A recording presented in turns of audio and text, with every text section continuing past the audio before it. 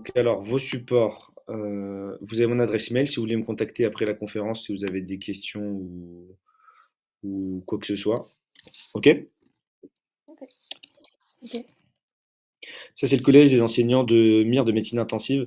Je vous conseille d'aller dans la partie d'FASM et UCN si vous voulez plus de renseignements ou regarder. Le site est super. Il est vraiment bien fait. Donc, je vous conseille plus. Euh, Même moi qui suis interne, je vais souvent dans la partie DES pour regarder des recommandations, des fiches de protocole. Je suis interne en médecine d'urgence, je suis en troisième semestre actuellement, et là je suis en réanimation à l'hôpital Saint-Louis. C'est une réanimation plutôt de patients. L'hôpital Saint-Louis, c'est un CHU au centre de Paris, dans le 10e arrondissement, centre de référence d'hémato-oncologie. Donc c'est une réanimation plutôt orientée patients immunodéprimés. C'est plutôt en réamed, du coup. Oui, bien sûr, oui. Tu as soit les anesthésistes qui font de l'anest et de la réachir, donc plutôt de l'anesthésie qui est autour du bloc opératoire. Tu as la réanimation médicale. Souvent, il y a les MIR, qui est une spé assez récente, mais souvent, c'est des néphros, des hématos, des urgentistes, des internistes, il y a de tout. C'est des équipes pluridisciplinaires. Et tu as ensuite t'as ensuite les urgences, qui comprennent les urgences comme on le connaît, avec le déchoc et autres, et le SMUR. Et globalement, tout le monde peut faire de tout. C'est vrai que l'anesthésie en clinique privée, c'est réservé aux anesthésistes, du coup, endormir les gens avant leur opération, programmée et tout, ça c'est réservé. Et le SMUR, même s'il y a quelques réa qui en font, au fur et à mesure, là, enfin, c'est devenu réservé en tout cas aux urgences. Sinon, le reste, tu peux trouver de tout partout, ça dépend de ta motive et des DU que tu fais et de comment tu t'entends avec les équipes. Ça marche. Voilà pour la médecine aiguë. Les avantages, c'est que c'est des spécialités où quand sors du travail, t'as fini. Ça veut dire bah, quand c'est fini, c'est fini. Donc c'est assez pas mal. C'est des spécialités très humaines, très intenses. T'as beaucoup de reconnaissance aux urgences, en réanimation. Des gens, en fait, ce que tu fais, c'est très clair et c'est émotionnellement très intéressant. Les défauts, c'est que bah, c'est des spécialités où il y a des gardes. Donc, faut avoir conscience que de temps en temps, tu dormiras pas la nuit. Et parfois, ça peut être un peu intense, un peu dur émotionnellement. Euh, mais je pense que tout le monde développe des mécanismes pour s'adapter à ça au fur et à mesure. Ça ne doit pas être un frein. euh, ça ne devrait pas être un réel frein. Ok? Ok. Après, moi, je t'avoue, c'est pas ce que je veux faire. Mais en ce moment, je suis en réa.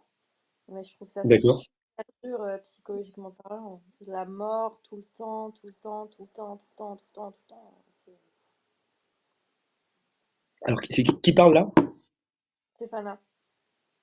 Stéphane, d'accord. Et t'es en réa où? Je suis à Sainte-Camille, je sais pas si tu connais, c'est à Brie-sur-Marne. Oui, bien sûr. Bien sûr, bien sûr. J'ai une copine qui est aux urgences là-bas en ce moment. D'accord. Sainte-Camille. Ok, très bien. Et toi, tu es où en ce moment? C'est Faustine? Non, c'est Julie. Excuse-moi, Julie, tu es où en ce moment? Moi, je viens de finir mon stage, mais j'étais en pédopsychiatrie.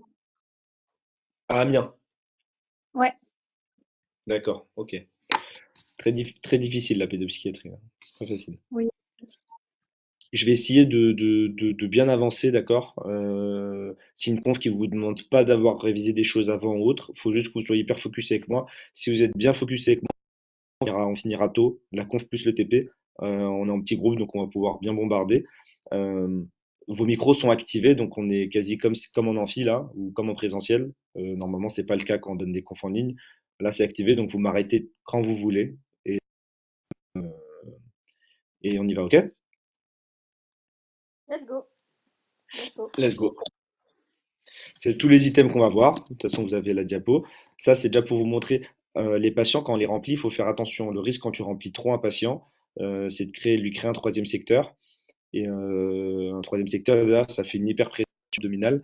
Et tu vois, ensuite, là, il faut faire une laparotomie de sauvetage. Tu vois, même au niveau là, tu as des zones un peu nécrosées dans le système digestif. C'est des zones qui commencent à se nécroser, qu'il va falloir retirer chirurgicalement. D'accord? Donc tout ce que j'essaie de vous dire par là, c'est premier gros message de la conf, attention quand on remplit les patients. Ok? Qu'est-ce qu'un état de choc? Je vous écoute. Une hypotension plus une défaillance d'organes. Ouais, très bien. Très bien. L'état de choc, c'est une urgence vitale. On a une chute de la tension artérielle. La chute de la tension artérielle, c'est différent de l'état de choc, d'accord?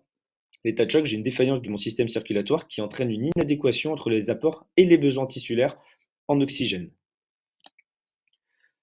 Le collapsus, c'est une chute brutale de ma tension artérielle, c'est une définition qui est hémodynamique, alors que l'état de choc, c'est vraiment l'inadéquation entre mes apports et mes besoins en O2. Mes apports deviennent inférieurs à mes besoins, ça signe une ischémie tissulaire, et c'est une définition qui est métabolique. Là, on voit normalement un mec qui est normal, ses besoins sont en adéquation avec ses apports. Si j'ai un collapsus, je vais avoir besoin de plus de besoins et j'aurai moins d'apports, ce qui va créer mon ischémie cellulaire. Il y a deux phases dans un état de choc. Le choc, il est compensé. Donc, au début, il y a une hypoperfusion tissulaire et c'est équilibré par les mécanismes d'adaptation. Et cliniquement, j'ai pas encore de chute de la pression artérielle. La deuxième phase, c'est quand mon choc devient décompensé. Là, j'ai une adaptation de l'organisme qui n'est pas suffisante et cliniquement, j'ai une chute de ma pression artérielle. D'accord? Donc, j'ai différents mécanismes compensateurs qui sont à connaître. Il y a le système nerveux sympathique, d'accord? Le système rénine-angiotensine-aldostérone et vasopressine et l'activation cortico-surrénalienne. On va les voir un par un. Pour le système sympathique, j'ai mes baroréflexes à haute pression, d'accord, qui sont au niveau artériel, niveau proximal aortique. Donc, ils sont stimulés par une baisse de la pression ressentie au niveau artériel, due à l'hypovolémie centrale, et ça entraîne ensuite l'activation et la stimulation de mes centres vasomoteurs cérébraux, puis une vasoconstriction artérielle et veineuse. J'ai mes baroréflexes à basse pression. Eux, ils sont localisés au niveau du système veineux central, d'accord? Au niveau de l'artère pulmonaire. Et eux, ils seront stimulés par une baisse de la pression qui sera ressentie au niveau veineux, d'accord? Due à l'hypovolémie centrale. Donc là, ça va être la même répercussion, vasoconstriction artérielle et veineuse. J'ai mes volorécepteurs au niveau de mon oreillette droite, d'accord? Qui sont au niveau de la paroi auriculaire droite, qui eux seront stimulés par une baisse de la volémie également, et auront le même effet, une vasoconstriction artérielle et veineuse. Et enfin mes chémorécepteurs, d'accord? Qui seront stimulés par l'hypoxémie et les variations de Capni, et qui auront pour action une stimulation des centres vasomoteurs cérébraux, qui entraînera une vasoconstriction artérielle et veineuse. Mon système rénine-angiotensine-aldostérone à connaître par cœur, ça tombe souvent. Mon angiotensinogène transformé en angiotensine 1 par la rénine, puis en angiotensine 2 par l'enzyme de conversion. D'accord? Dans quelle maladie je dose le CA et l'OCA est augmenté? Sarcoïdose. Bravo, sarcoïdose. L'angiotensin 2 va entraîner une activation du système sympathique, de la vasoconstriction, de la réabsorption de sodium et de chlore, une sécrétion d'aldostérone, une sécrétion de vasopressine. Au total, ce système rénine-angiotensin-aldostérone va entraîner, sa stimulation en tout cas, va entraîner de la rétention hydrosodée, une augmentation de la volémie, une augmentation de la perfusion juxtaglomérulaire, d'accord? Ainsi qu'une augmentation de la pression artérielle. Et enfin, j'ai mon système cortico-surrénalien, en gros c'est mes surrénales qui vont sécréter des catécholamines, la noradrée et de l'adrée, qui vont entraîner de la vasoconstriction périphérique et de la stimulation cardiaque chronotrope et inotrope. D'accord? L'action est différente selon le territoire. Moi, ce que je retenais ici, c'était GFR MONGA, en gros, qui veut dire GFR, donc glomérulé, fasciculé, réticulé, MONGA, corticoïde, glucocorticoïde, androgène. Je ne sais pas si vous l'avez.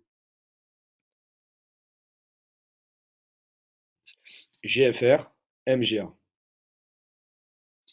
Glomérulés, fasciculés, réticulés qui sécrètent minéralocorticoïdes, glucocorticoïdes et androgènes. Ils adorent poser des questions là-dessus, je ne sais pas pourquoi. Et on a enfin la médulosurrénale qui, elle, sécrète l'adrénaline.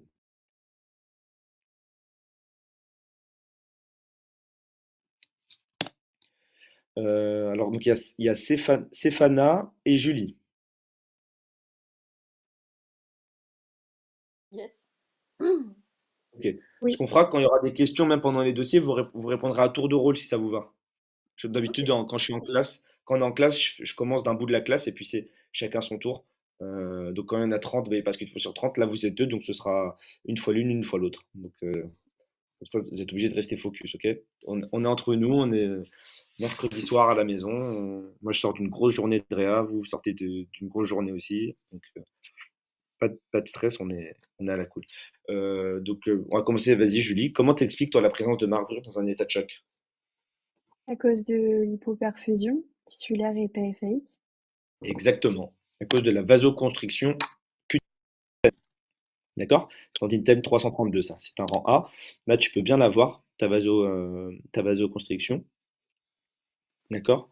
Au niveau notamment du membre inférieur gauche, on la voit bien. Ça te fait un aspect de livédo. On va un tout petit... Au début, j'ai une partie physio et après, on va attaquer les dossiers. D'accord? La partie physio, je la fais brièvement, mais c'est important, histoire qu'on parle tous un peu, entre guillemets, la même langue. Il y a deux types d'organes. Les organes autorégulés, les organes vitaux. Le cœur, le cerveau. D'accord? Il y a aussi les organes non autorégulés, les tissus cutanés, les muscles, le mésentère et les reins. Cette relation pression-débit fait que dès que ma pression artérielle diminue, mon débit diminue. D'où le fait que ma peau va devenir froid, je vais avoir des marbrures, et etc. lors d'un état de choc. Pour les organes non vitaux. Pour les organes vitaux, quand ma pression artérielle diminue, mon débit il va être maintenu plus longtemps. D'accord? On peut le voir au niveau du graphique. Quand ma pression artérielle est entre 40 et 100, mes organes vitaux sont en autorégulation. J'ai toujours un débit régional aux alentours de 60%. Alors que mes organes non vitaux, vous voyez, ça se casse la gueule dès qu'on arrive avec une pression artérielle qui descend en dessous de 100. Tout de suite, le débit régional, il est à peine aux alentours de 5 à 10%. Donc, c'est expliqué par la redistribution à partir des organes non vitaux via la vasoconstriction. On va chasser le sang de ces organes non vitaux vers les organes vitaux. On le chasse de la peau, donc ma peau fait du livido, est toute blanche et je suis marbré. D'accord? Tu peux Au passage, redire les organes vitaux, c'est quoi? C'est cerveau, rein, cœur? les organes vitaux, c'est cerveau-cœur. Cerveau, cœur. Ok. Important, du coup, important quand vous examinez un patient, toujours vous regardez les jambes. Aux urgences, en salle, en réa, n'importe où, toujours vous levez le drap. C'est hyper important. Au niveau des pieds, on peut avoir plein d'informations au niveau des jambes également. La PAM, je vous laisse vous l'écrire sur un stylo, sur une feuille là devant vous ou pas, comme ça vous la remettez une fois en tête. La PAM, un tiers de la systolique plus deux tiers de la diastolique. Et donc la PAM, c'est la pression artérielle moyenne, c'est la pression dont dépend la